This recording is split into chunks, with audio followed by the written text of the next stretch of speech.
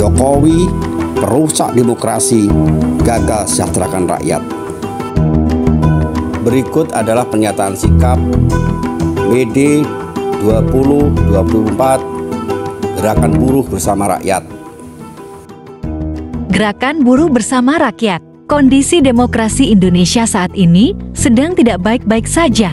Mulai dari kemunduran demokrasi, kemiskinan, ketimpangan ekonomi, konflik agraria, kriminalisasi, kerusakan, komersialisasi pendidikan nasional, kerusakan lingkungan hingga berbagai kecurangan di pemilu tahun 2024. Berkaca dari hal tersebut, Gerakan Buruh Bersama Rakyat, koalisi antara serikat buruh, tani, mahasiswa, dan rakyat, perempuan, meminta kedaulatan kembali. Kembalikan kedaulatan rakyat. Kita semua harus segera mencari alternatif bagaimana cara mengembalikan kedaulatan rakyat. Itu hal terpenting apa yang harus kita lakukan saat ini. Hari Buruh Sedunia atau yang dikenal juga sebagai May Day diperingati setiap tanggal 1 Mei sebagai hari peringatan perjuangan buruh di seluruh dunia. Sejarah Hari Buruh Sedunia bermula pada tanggal 1 Mei 1886 di kota Chicago, Amerika Serikat, ketika ribuan buruh mengadakan aksi unjuk rasa menuntut hak-hak buruh yang lebih baik, termasuk hak untuk memperjuangkan hak mereka dalam serikat buruh dan menuntut jam kerja 8 jam per hari. Namun, aksi protes ini berubah menjadi kekerasan ketika polisi membubarkan massa dengan kekerasan yang menyebabkan kematian dan luka-luka di antara para buruh dan polisi. Insiden ini dikenal sebagai tragedi Haymarket. Beberapa pemimpin gerakan buruh dipenjara dan dijatuhi hukuman mati tanpa bukti yang cukup. Peristiwa tersebut menginspirasi buruh di seluruh dunia. Dan pada Kongres Internasional kedua dari Federasi Serikat Buruh Internasional di Paris pada tahun 1889, diputuskan bahwa tanggal 1 Mei akan menjadi hari peringatan perjuangan buruh di seluruh dunia. Tanggal 1 Mei dipilih sebagai penghormatan kepada para korban yang tewas dalam tragedi Haymarket. Sejak itu, Hari Buruh Sedunia dianggap sebagai momentum untuk menggalang solidaritas antar kelas pekerja di seluruh dunia dalam melawan kapitalisme. Tanggal 2 Mei juga Hari Pendidikan Nasional. Sama kondisinya dengan seperti saat ini. Ki Hajar Dewantoro dulu juga memprotes adanya diskriminasi antara kaum intelektual karena dari kalangan priayi dan dari pihak Belanda. Ini gak jauh beda dengan yang kondisi dibalut sekarang. Dengan persoalan pendidikan Sangat mahal, mirip.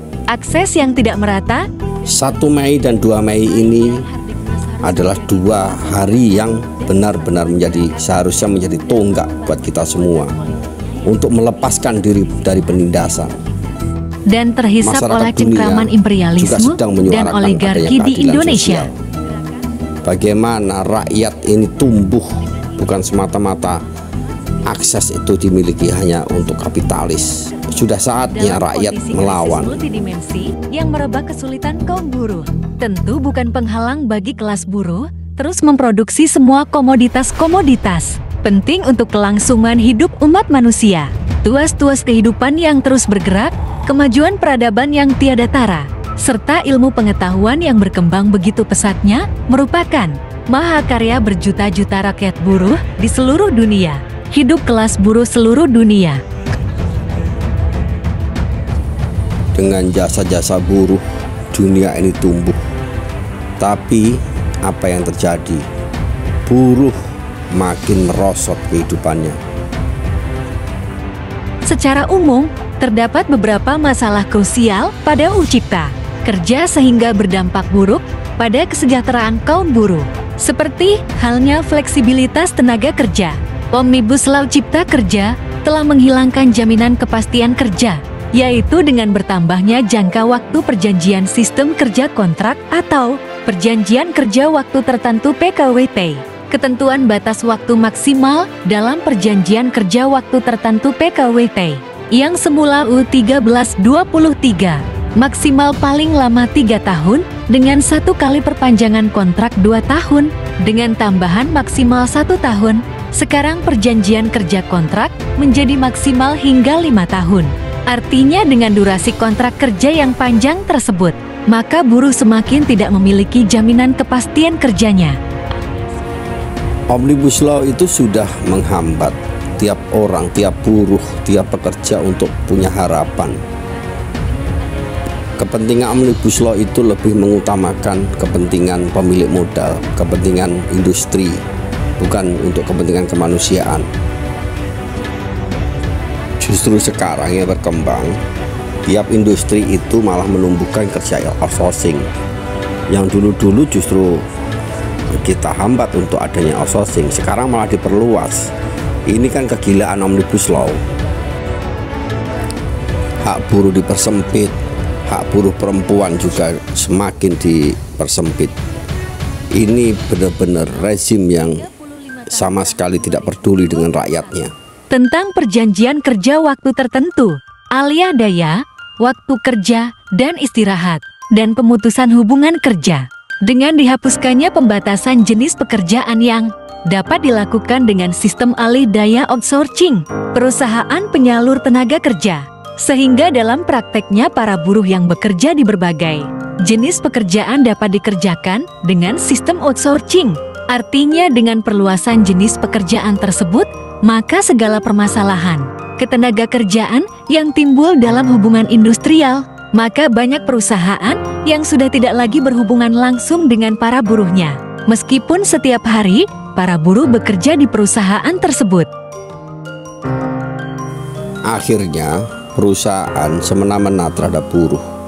Dia bisa memecat kapan saja tanpa dia harus berhubungan dengan buruhnya. Politik upah murah. Sejak tahun 2021 pasca Omnibus Law Cipta Kerja diberlakukan, pemerintah menghapuskan variabel kebutuhan hidup layak sebagai pertimbangan dalam penetapan upah minimum sebagai rujukan penghitungan upah minimum, yang berdampak pada bergesernya konsep perlindungan pengupahan secara luas. Sehingga kenaikan upah tidak akan pernah mencapai kebutuhan hidup layak. Pemerintah mengeluarkan PP No. 36 tahun 2021, lalu direvisi menjadi PP No. 51 tahun 2023 tentang pengupahan, yang menggunakan 3 variabel, pertumbuhan ekonomi, inflasi, dan indeks tertentu dengan rumus kali yang justru mengurangi nilai angka upah buruh. Pengurangan upah buruh yang paling mencolok adalah terkait upah sektoral yang sudah tidak diberlakukan lagi sejak tahun 2021 dan tidak ada kenaikan lagi hingga sekarang. Bahkan di awal tahun 2023, Menteri Ketenagakerjaan juga menerbitkan Permenaker No. 5 bagi 2023 yang melegitimasi pemotongan upah buruh hingga 30% bulan dan perubahan waktu kerja sepihak bagi buruh di sektor industri padat karya berorientasi ekspor dengan alasan mencegah PHK karena krisis ekonomi global. PHK dipermudah dengan adanya fleksibilitas sistem kerja kontrak maupun outsourcing. Pasca Omnibus Law Cipta Kerja, maka secara otomatis pemutusan hubungan kerja PHK kaum buruh menjadi lebih mudah karena proses PHK bisa hanya melalui pemberitahuan pengusaha kepada buruh tanpa didahului dengan perundingan. Ini benar-benar kondisi yang gila. Mereka dengan semena-mena memutuskan hubungan kerja. Kadang hanya pakai WA.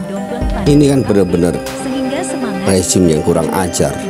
Lapangan kerja justru kontradiktif dengan realita di lapangan, yang tentunya juga berkaitan dengan perubahan nilai pesangon yang semakin kecil. Pengurangan hak pesangon kaum buruh yang sebelumnya dengan perhitungan 2 kali PMTK bisa mencapai 32 bulan gaji. Saat ini maksimal hanya 1,75 PMTK dengan maksimal perhitungan 25 bulan gaji, yaitu pesangon 19 bulan gaji ditambah 6 bulan gaji diambil dari JKP, jaminan kehilangan pekerjaan berdasarkan peraturan pemerintah No. 36. Bahkan pengurangan hak pesangon buruh yang di-PHK dengan alasan perusahaan merugi tanpa dilakukan metode audit berdasarkan ketentuan hukum dan perusahaan tidak tutup, maka pesangon buruh yang sebelumnya sebesar 2 PMTK kini dikurangi menjadi hanya 1 PMTK.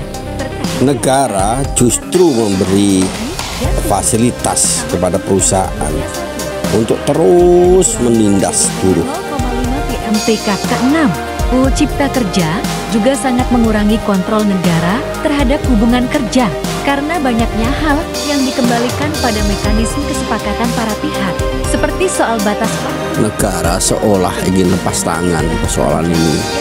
Dia serahkan kembali aja untuk urusan perusahaan dengan buruh. Padahal buruh sendiri tidak memiliki kontrak yang sebagai pekerja tetap. Inilah realitasnya. Zaman Jokowi ini benar-benar menindas para buruh. Melakukan perundingan dua arah secara berkeadilan. Marilah kita dengan sadar segera untuk mempersolid diri. Rakyat, buruh, mahasiswa, orang-orang tertindas untuk segera bangkit. Culasan pemilik modal untuk melancarkan kepentingannya dengan beraneka ragam akrobat licik melalui seluruh instrumen negara demi memastikan penghisapan terhadap rakyat tertindas. Kelas buruh dan rakyat tertindas lainnya bertubi-tubi dihadapkan dengan kebijakan neoliberal yang semakin menghisap. Selama pemerintahan Jokowi, rezim Jokowi ini, justru undang-undang itu sepertinya dibuat oleh oligarki. Benar-benar sungguh-sungguh menindas kepentingan rakyat. Rakyat hanya tidak boleh tumbuh, rakyat tetap dibiarkan miskin. Ini benar-benar rezim yang laknat.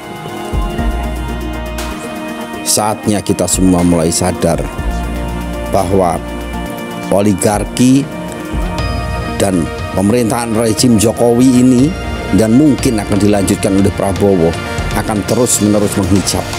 Kita harus angkat tangan kita setinggi-tingginya untuk melawan penindasan, melawan oligarki, melawan pemerintah korup. Sebagai alat bagi rakyat tertindas untuk bangkit, bersatu, membalikan keadaan, dan memenangkan pertarungan di semua lini. Sebab, tidak ada jalan lain untuk merubah kondisi kehidupan agar lebih baik lagi selain dengan kekuatan politik persatuan rakyat yang sejati.